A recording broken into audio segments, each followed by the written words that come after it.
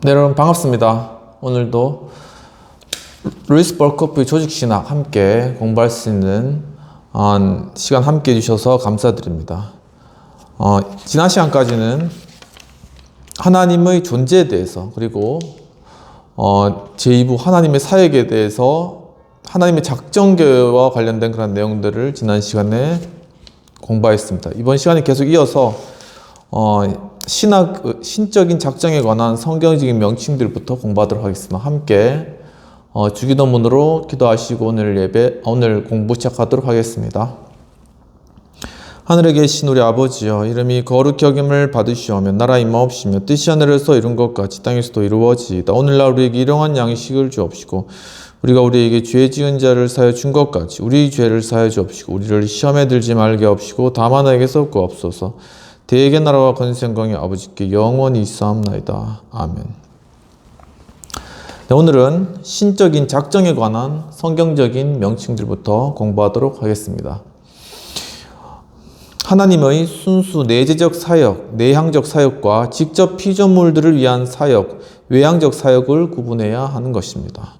어떤 신학자들은 오해를 피하기 위하여 내재적 사역과 외재적 사역으로 말하기를 더 좋아하며 전자를 둘로 나누어 위격적 사역, 즉 발생, 아들됨, 파송, 위격적 사역인 자신을 위한 내재적 사역과 본질적 사역, 즉 삼위일체 하나님의 사역인 외적 행위에 선행하는 내재적 사역, 이것은 하나님의 각 위격의 사역과도 구분되며 창조와 섭리, 구속의 사역이 실현될 때까지 하나님 안에 내재하는 사역을 말하는 것으로서 구분합니다. 하나님의 작정은 이러한 하나님의 사역의 부류를 형성하고 있습니다. 이것들은 성경에서 추상적으로 묘사되지 않고 역사적으로 실현됨으로써 우리 앞에 놓여 있습니다. 성경은 하나님의 영원한 작정을 위하여 몇 가지 용어들을 사용하고 있습니다. 첫 번째는 구약의 용어들입니다.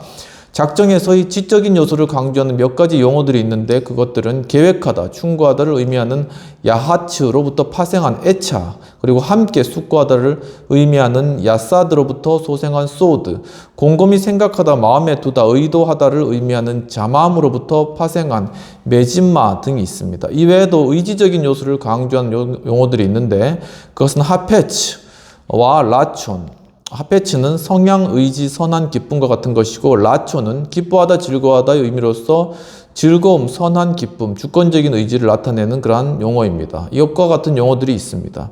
두 번째로는 신약 성경의 용어들이 있겠습니다. 신약 성경도 역시 상당수의 중요한 용어들을 포함하고 있습니다. 가장 일반적인 단어로는 분례로서 일반적으로 작정을 나타내며 또한 하나님의 의도가 계획과 숙고의 기초가 있다는 사실을 지적하고 있습니다. 다음으로는 일반적인 단어는 델레마로서 이 말이 하나님의 계획에 적용된 때에는 숙고적인 요소보다는 의지적인 요소를 더 강조하게 되어 있습니다. 또한 유코키아라는 단어는 좀 더 특별하게 하나님의 목적의 자유와 그것에 동반된 기쁨을 강조하지만 항상 이러한 개념이 있는 것은 아닙니다.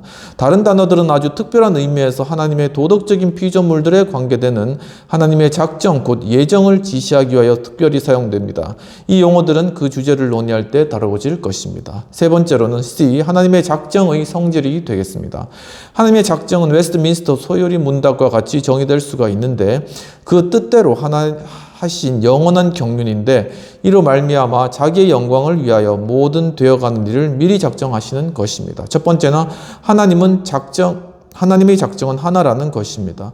우리는 종종 하나님의 작정을 복수로 언급하지만 그거 고유한 성질상 하나님의 작정은 하나님의 단일한 행동일 뿐입니다. 이것은 성경이 하나님의 작정을 프로데시스, 즉 목적이나 계획으로 언급하고 있다는 사실에 의해서도 이미 암시되고 있는 것입니다. 또한 그것은 하나님의 본체에 의해서도 추정되는데 그의 지식은 우리들의 지식과 같이 연속적이라기보다는 즉각적이고 동시적이며 지식에 대한 하나님의 이해는 언제나 완전하십니다. 또한 지식에 기초한 작정은 단일하고 전포괄적이며 동시적인 행동이 되겠습니다. 영원하고 불변하는 작정으로서 그것은 다른 것이 될 수 없습니다. 그러므로 하나님 안에서는 일련의 작정들이 있지 않으며 단지 일어날 모든 일들을 포괄하는 하나의 포괄적인 계획만이 있을 뿐입니다. 하지만 우리의 유한한 이해력으로 인해서 그것들을 구분하지 않을 수가 없는데 우리가 종종 하나님의 작정을 복수로 언급하고 있는 사실도 이러한 이유로 설명할 수가 있는 것입니다. 이러한 언급 방식은 우리가 하나님의 작정의 단일성과 우리가 이해하는 대로 다양한 작정들의 분리할 수 없는 연결성을 망각하지 않는다면 전적으로 합당한 것이 되겠습니다. 두 번째는 하나님의 지식과 작정의 관계가 되겠습니다. 하나님의 작정은 하나님의 지식과 밀접한 관계가 있습니다. 우리가 이미 살펴본 대로 하나님 안에서 모든 일어날 수 있는 원인과 결과를 포함하는 필연적인 지식이 있습니다. 이 지식은 작정을 위한 재료를 제공하며 하나님이 그가 구체화시려는 사상을 이끌어내는 완전한 원천이 되겠습니다. 일어날 수 있는 모든 일들에 관한 이 지식으로부터 하나님은 현명한 고찰에 의하여 인도되는 그의 완전한 의지의 행동에 의하여 자신이 실현하기 원하셨던 것을 선택하셨으며 이렇게 해서 그의 영원한 목적을 형성하신 것입니다. 하나님의 작정은 반대로 그의 자유로운 지식의 원천이 되는 것입니다. 그것은 역사의 과정에서 실현되는 일에 관한 지식이 되겠습니다. 하나님의 필연적인 지식이 논리적으로 작정에 선행한다면 그의 자유로운 지식은 논리적으로 작정을 뒤따릅니다.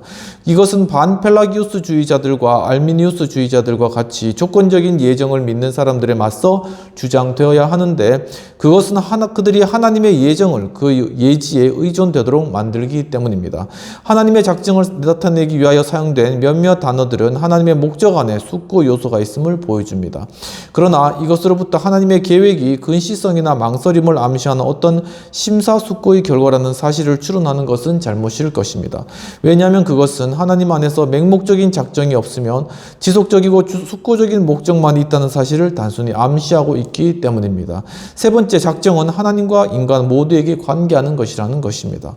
무엇보다도 먼저 작정은 하나님의 사역에 관계합니다. 그러나 그것은 하나님의 외향적 사역, 즉 타동적인 행동들에 제한되어서 하나님의 본질적인 존재에는 관계하지 않으며 또한 삼위일체의 각 위의 특성으로 귀결되는 신적 존재 내에서의 내재적 활동에도 관계하지가 않는 것입니다.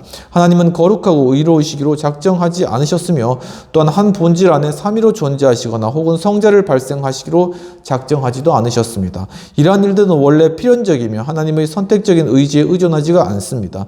하나님의 내적 존재의 본질적인 것은 작정 내용의 어떤 부분도 형성할 수가 없습니다. 이것은 외향적인 사역만을 포함합니다. 그러나 작정은 주로 하나님 자신의 행동에만 관계하고 있으면서도 하나님 자신의 행동에 제한되지는 않으며 또한 하나님의 자유로운 피조물들의 행동들도 포함하고 있습니다. 또한 피조물들의 행동들이 작정에 포함되어 있다는 사실은 그 행동들이 비록 모두 동일한 방식으로 실현되지는 않을지라도 그 행동들을 절대적으로 확실하게 만드는 것입니다. 어떤 일들의 경우에 하나님은 그 행동들이 일어나도록 결정하셨을 뿐만 아니라 하나님 자신이 창조의 사역에서처럼 즉각적으로 혹은 그의 능력에 의하여 계속적으로 활동하게 하는 2차적인 원인들의 매개를 통하여 그 행동들이 일어나도록 결정하셨습니다. 하나님 자신은 그것들이 일어나는 것에 대한 책임을 지십니다. 그러나 하나님이 그의 작정 안에 포함하심으로써 분명하게 하셨지만 하나님이 직접 실현되도록 하지는 않으셨던 다른 일들, 즉 자신의 이성적인 피조물들의 죄악된 행동들이 있습니다. 이러한 행동들에 관계하는 작정은 대개 하나님의 허용적인 작정, permissive decree라고 불립니다. 이러한 명칭은 이러한 행동들의 미래 발생, future이션이 하나님에게 확실하지 않음을 의미하는 것이 아니라 단순히 그가 그것들을 그 이성적인 피조물들의 자유로운 행위에 의하여 일어나도록 허용하신다는 것을 의미하는 것입니다. 하나님은 이러한 죄악된 행동들에 대해서도 어떤 책임도 지지가 않으시는 것입니다. 네 번째로는 행동하려는 작정은 행동 그 자체가 아니라는 것입니다. 작정은 사건의 미래 발생을 확실하게 해주는 신적인 속성들의 내적 현현이나 실행이지만 하나님의 이러한 지성적 의지의 실행을 창조와 섭리 구속에서 그 대상들의 실현과 혼동해서는 안 되는 것입니다. 창조하려는 작정은 창조 자체가 아니며 또한 칭의하려는 작정이 칭의 그 자체는 아닙니다. 작정과 작정의 실행 사이에는 구분이 이루어져야 하는 것입니다.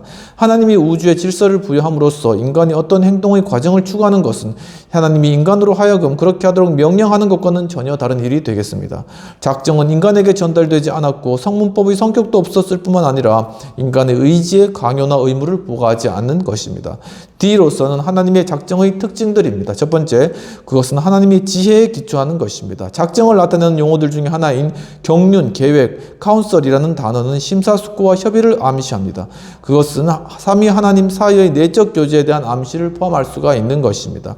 이전에는 하나님 안에 감추어 있던 하나님의 신비의 계시에 대하여 언급하면서 바울은 이것은 이제 교회로 말미암아 하늘에 있는 통치자들과 권세들에게 하나님의 각종 지혜를 알게 하려 하심이니 곧 영원부터 우리 주 예수 그리스도 안에서 예정하신 뜻대로 하신 것이라고 말하고 있습니다. 작정의 지혜는 또한 하나님의 영원하신 목적의 실현에서 나타난 지혜에 의해 출현됩니다. 시편 기자는 시편 104편 24절에서 여호와여 주께서 하신 일들이 어찌 그리 많은지요 주께서 지혜로 저희를 다 지으셨으며 주께서 지으신 것들이 땅에 가득하니이다 라고 노래하고 있습니다. 동일한 사상이 잠언 3장 19절에서 여호와께서는 지혜로 땅에 터를 놓으셨으며 명철로 하늘을 견고히 세우셨고라고 표현되고 있는 것입니다. 주님의 경륜의 지혜는 또한 그것이 영원히 서 있다는 사실로부터도 출현되는 것입니다. 작정에는 인간의 이해를 초월하며 유한한 인간에게는 설명될 수 없는 것들이 많으나 비합리적이거나 자의적인 것은 아무것도 포함하고 있지가 않는 것입니다. 하나님은 현명한 통찰과 지식으로서 결정하십니다. 두 번째, 그것은 영원하다라는 것입니다.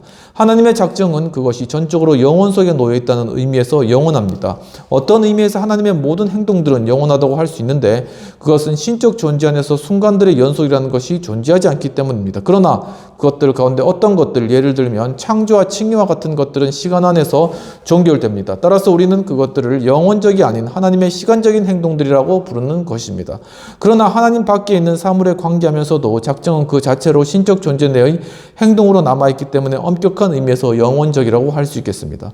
따라서 그것은 또한 영원히 동시성과 연속성의 성질을 가지고 있습니다. 작정의 영원성은 또한 작정 내의 상이한 요소들의 순서가 시간적이 아닌 논리적인 것으로서만 간주될 것을 암시하는 것입니다. 실현된 사건들 속에는 참된 연대기적 순서가 있으나 그것들에 관계된 작정 속에서는 없습니다. 세 번째, 그것은 효과적이라는 것입니다. 이것은 하나님이 스스로 자신의 능력을 직접적으로 적용함으로써 그의 작정 속에 포함된 만사를 일어나도록 결정하셨다는 것을 의미하지 않으며 단지 그가 작정하신 것이 분명히 일어날 것이라는 것, 즉 어떤 것도 그의 목적을 회방할 수 없다는 것을 의미하는 것입니다. 하지 박사님 이렇게 말하는데 작정 자체는 모든 경우에 문제의 사건의 성격과 완전히 일치하는 양식으로 작용하는 원인들에 의하여 일어나게 될 것을 규정한다. 따라서 도덕적인 행위자의 자유로운 행동에 있어서 작정은 동시에 다음과 같이 규정한다고 하시면서 첫째, 행위자가 자유로운 행위자일 것이다. 두 번째, 그의 전례와 문제의 행동의 모든 전례들은 그것들 그대로일 것이다. 세 번째, 현재의 모든 행동의 조건들은 현재 그들이 그대로일 것이다. 네 번째, 그 행동은 행위자의 편에서 완전히 자발적이며 자유로울 것이다. 다섯 번째, 그것은 분명히 영원히 설 것이다 라는 것입니다. 네 번째로는 그것이 불변적이라는 것입니다. 인간은 여러 가지 이유로 그의 계획들을 종종 변경합니다. 계획을 함에 있어 인간은 목적에 관한 심각성이 결여되어 있거나 또한 그 계획이 포함하고 있는 것을 충분히 인식하지 못하며 혹은 그것을 실행할 능력이 부족할 수 있습니다. 그러나 하나님 안에서 그러한 어떤 것도 상상할 수가 없는데 그는 지식이나 진실 혹은 능력에 있어서 결핍이 없으십니다. 따라서 그는 무진의 실수나 혹은 그것을 실행할 수 없는 무능력 때문에 그의 작정을 변경하실 필요가 없는 것입니다. 또한 그는 그것을 변경하지 않으시는데 왜냐하면 그는 불변하시는 하나님이시며 미쁘시며 진실하시기 때문입니다. 다섯 번째, 그것은 무조건적이거나 절대적인 것입니다.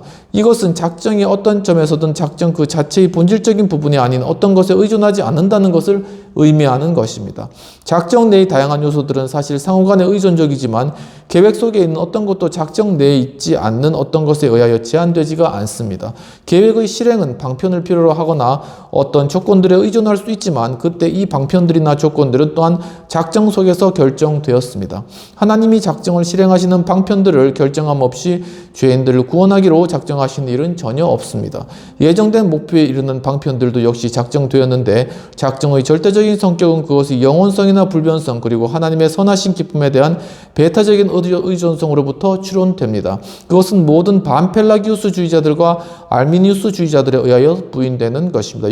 여섯 번째, 그것은 보편적이거나 전포괄적인 것입니다. 작정은 물리적인 영역에서든 도덕적인 영역에서든 혹은 선하든지 악하든지 세상에 일어나는 모든 것을 포함하고 있는 것입니다. 그것은 첫 번째, 인간이 선한 행동들, 두 번째, 그들이 사악한 행동들, 세 번째, 우연한 사건들, 네 번째, 목적과 방편들, 다섯 번째, 인간의 생명의 연한과 그의 거주하는 장소가 되겠습니다. 일곱 번째는 죄에 대해서 그것은 허용적이라는 것입니다. 관례적으로 도덕적인 악에 관한 하나님의 작정은 허용된다고 말합니다. 작정에 의해서 하나님은 유일한 의지에 직접 작용함으로써 인간이 죄악된 행동이 실현되도록 결정하지 않으시면서 그의 행동이 확실히 드러나도록 하셨습니다. 이것은 하나님께서 인간이 하나님의 계시된 의지에 거슬러서 행할 때 인간 속에서 인도하고 행하도록 적극적으로 역사하시지는 않는다는 것을 의미합니다. 하지만 주목해야 할 점은 이 허용적인 작정이 하나님의 의지와 통지 하에 있지 않는 어떤 것을 수동적으로 허용하고 있다고는 의미하지는 않는다는 사실입니다. 작정이 미래의 죄악된 행동을 절대적으로 확실하게 하나 이 작정에서 하나님은 첫 번째 유한한 의지와 죄악된 자기 결정을 막지 않으신다는 것일 것과 두 번째 이러한 죄악된 자기 결정의 결과를 규제하고 통제할 것을 결정하신다라는 것입니다. 이 작정 교리에 대한 반론들이 있습니다. 살펴보도록 하겠습니다. 앞장에서 거론되었듯이 개혁파 신학만이 작정 교리에 대해 충분히 정의할 수가 있습니다. 루터파 신학자들은 대체로 신자들이 작정으로부터 어떻게 위안을 이끌어낼 수 있는지를 보여주기 위해서 그것을 신학적이 아닌 구원론적으로 해석을 하고 있습니다. 펠라기우스주의자들과 소진리주의자들은 작정을 비성경적인 것으로 배척하며 반펠라기우스주의자들과 알미니우스주의자들도 호의적으로 보지는 않습니다. 더러는 그것을 전혀 무시하고 더러는 그것에 반대하기 위해서 언급하는 것입니다. 그 외에 하나님의 예지에 의하여 제한되는 작정만을 주장하는 사람들도 있습니다. 작정에 대하여 야기된 반론은 대체로 항상 동일합니다. 첫 번째, 작정 교리는 민간이 도덕적인 자유와 상반된다라는 것입니다. 인간은 이성적인 자기결정 능력을 가진 자유로운 행위자입니다. 그는 어떤 목적들을 생각할 수 있고 그것을 지성적으로 선택할 수 있으며 또한 그것들과 관련하여 그의 행동을 결정할 수가 있는 것입니다. 하지만 하나님의 작정은 필연성도 아울러 지니고 있습니다. 하나님은 모든 일들이 이루어지도록 작정하셨으며 혹은 그가 그것을 작정하지 않으셨다고 해도 적어도 그것들이 반드시 일어나도록 결정하신 것입니다. 그는 인간을 위하여 인간의 생애 과정을 결정하셨습니다. 이러한 반론에 대한 답변으로 언급될 수 있는 것은 성경은 분명히 신적인 작정이 인간의 자유로운 행위와 상반된다는 전제 위에서 출발하고 있지 않다는 것입니다. 성경은 분명히 하나님이 인간이 자유로운 행동들을 작정하셨으며 또한 행위자들은 그에 못지않게 자유롭고 또한 그들의 행동들에 대하여 책임이 있다는 사실을 계시하고 계시는 것입니다. 유대인들은 예수님을 십자가에 못 박게 될 것이라는 사실이 결정되었으나 그럼에도 불구하고 그들은 그들의 사악된 행위 과정에서 완전히 자유로웠으며 이 범죄에 대하여 책임을 지고 있는 것입니다. 영감된 저자들이 이 문제들과 관련하여 모순을 의식하였다가는 암시가 성경에 조금도 나타나지가 않습니다. 그들은 결코 두 가지를 조화시키려고 시도하지 않는데 우리가 양진리들을 조화시킬 수 없다고 해도 이 사실에서 여기에 모순이 있다는 가정은 삼가하게 됩니다. 게다가 명심해야 할 것은 하나님은 일어나야 할 모든 일에 자신의 직접적인 행동에 의해서 실행되도록 작정하시지는 않았다는 것입니다. 신적인 작정은 단지 사건들에 대한 확실성을 가져다 줄 뿐입니다. 그러나 하나님이 적극적으로 그것들을 행하심으로써 해서 이전의 확실성이 자유로운 행위와의 일치 여부의 문제가 실제로 해결된다는 사실을 의미하지는 않습니다. 이제 우리는 경험에 의해서 훌륭한 인격의 소유자가 최소한 그의 자유를 침해당하지 않고 어떤 상황 하에서 추구하는 그 과정에 대하여 우리가 이성적으로 확신할 수 있다는 것을 알고 있습니다. 선지자 예레미야는 갈대아인들이 예루살렘을 차지할 것이라는 사실을 예언하였습니다. 그는 다가오는 사건을 확실하게 알았지만 갈대아인들은 자유롭게 그들 자신의 욕망을 따라 그 예언을 성취하였습니다. 그러한 확실성은 실제로 펠라기우스 적인 무관심의 자유와는 일치하지 않는데 그러한 자유에 따르면 어떤 방식으로도 인간의 의지가 결정되는 것이 아니라 완전히 비결정적이어서 매번 이 결의에 있어서 모든 외적인 공고들에 대해서 뿐만 아니라 모든 내적인 생각과 판단들, 성향과 욕망들, 심지어는 인간이 전체적인 성격과 내적인 상태와는 반대로 결정할 수 있을 것이라는 것입니다. 그러나 이제 일반적으로 인식되는 바로는 그러한 의지의 자유는 심리학적인 허구라는 사실입니다. 하지만 작정은 이성적인 자기결정의 의미에서 인간의 자유와 반드시 모순되지 않으며 이 자유로 인간은 자기의 이전 생각들과 판단들, 그의 성향과 욕망들, 그리고 그의 전체적인 성격과 조화를 이루어서 자유롭게 행동하게 되는 것입니다. 이 자유는 또한 법칙들이 있어서 우리가 그 법칙에 익숙하면 할수록 자유로운 행위자가 어떤 상황에서 어떻게 행하는지를 더욱 확신할 수 있게 되는 것입니다. 하나님 자신이 이 법칙들을 제정하신 결정하셨으면 물론 우리는 이성적인 자기결정의 의미에서의 우리 자유 개념 속에서 물질주의적이고 범신론적이며 합리주의적인 모든 결정론을 경계할 것입니다. 예지와 마찬가지로 작정도 자유로운 행동과 모순되지만 일반적으로 반펠라기우스주의자들이나 알미니우스주의자들의 유형에 속하는 반대자들은 신적인 예지를 믿는다고 고백합니다. 하나님은 그의 예지로 영원 전부터 모든 사건들의 확실한 미래의 발생을 아십니다. 그의 예지는 그의 예정에 근거하는데 그것에 하여 하나님은 그의 미래의 확실성을 결정합니다. 물론 알미니우스주의자들은 사물들의 확실하게 하는 작정에 근거한 예지를 믿지 않으며 인간이 자유의지에 좌우되는 따라서 불확정적인 사실들과 사건들에 관한 예지를 믿는다고 말할 것입니다. 그런데 인간이 그의 자유에서조차도 다시금 확실성 요소를 가져오는 신적으로 제정된 법칙들과 조화를 이루면서 행동한다면 인간이 자유로운 행동에 관한 그러한 예지는 가능할 것입니다. 그러나 영혼의 상태나 존재하는 조건들이나 마음에 내재하는 동기들에 관계없이 언제든지 다른 방향으로 바뀔 수 있는 무원칙적인 의지, 우연한 결정에 전적으로 의존하는 사건들을 예지하는 것은 불가능한 것처럼 보일 것입니다. 그러한 사건들은 단지 있는 그대로의 가능성으로 예지될 수 있을 뿐입니다. 이까지 하고 다음 시간에는 두 번째, 그것은 인간의 노력을 위한 모든 동기를 박탈한다라는 부분들부터 다시 공부하도록 하겠습니다. 함께 기도하시겠습니다. 하나님 아버지, 오늘 또한 참 한 해 또한 작정의 교리를 배우면서 주님 참으로 이러한 것이 인간의 의지와 어떤 관계성이 있는가를 배울 수 있도록 이끌으신 은혜를 감사합니다. 주님 이것들 계속 공부해 나가면서 정말 하나님 작정의 교리를 통하여 하나님께서 우리를 어떻게 구원받기로 작정하셨는지, 또한 우리를 어떻게 천국으로 인도하시기를 작정하셨는지 이러한 깊은 주님의 뜻과 의미를 깨닫고 참 알아가는 귀하고 복된 시간 될 수 있도록 도와주옵소서. 감사하고 모든 말씀 우리 주 예수님 이름으로 기도합나이다. 아멘. 오늘도 이렇게 루이스 볼커프 조직신학 가운데 함께 해주신 여러분 감사합니다. 계속적으로 공부해 나가면서 하나님의 작정의 교리와 또한 예정, 작정이 지나면 또 예정이 있는데 우리가 예정론이라고 그러죠. 이러한 좀 신학적인 부분들까지 깊이 공부하는 그러한 기회가 되었으면 좋겠습니다. 오늘도 참여해주신 여러분 감사합니다. 한 주간도 평안하시고 또 모든 한 일들 가운데 주님의 평강으로 지금 또 형통케 하신 은혜가 함께 하시기를 축원합니다. 감사합니다.